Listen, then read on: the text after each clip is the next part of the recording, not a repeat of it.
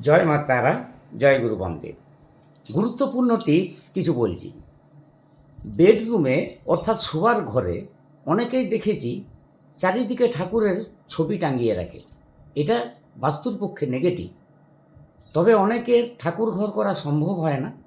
যদি একান্তই ঠাকুর ঘর বেডরুমের মধ্যে রাখতে হয়, তখন আপনারা কি করবেন?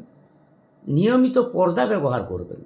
সকাল থেকে ঠাকুরের পুজো করলেন, সন্ধে দেওয়ার পর পর্দা দিয়ে দেন। আলাদা ঠাকুর ঘর থাকলে তাতে কোনো অপ্রয়োজনীয় জিনিস ঠাকুর ঘরে রাখবেন না। আর ঠাকুর ঘর অন্ধকার করে রাখবেন না। সব সময়তে একটা হলুদ রঙের বাল্ব জ্বেলে রাখবেন। তাতে পজিটিভ এনার্জি সংসারের মধ্যে প্রবেশ করবে। তোমাদের পাশে আছি। সকলে ভালো থেকো। আমার ভিডিও ভালো লাগলে পাশে থেকো। রাধা রাধা।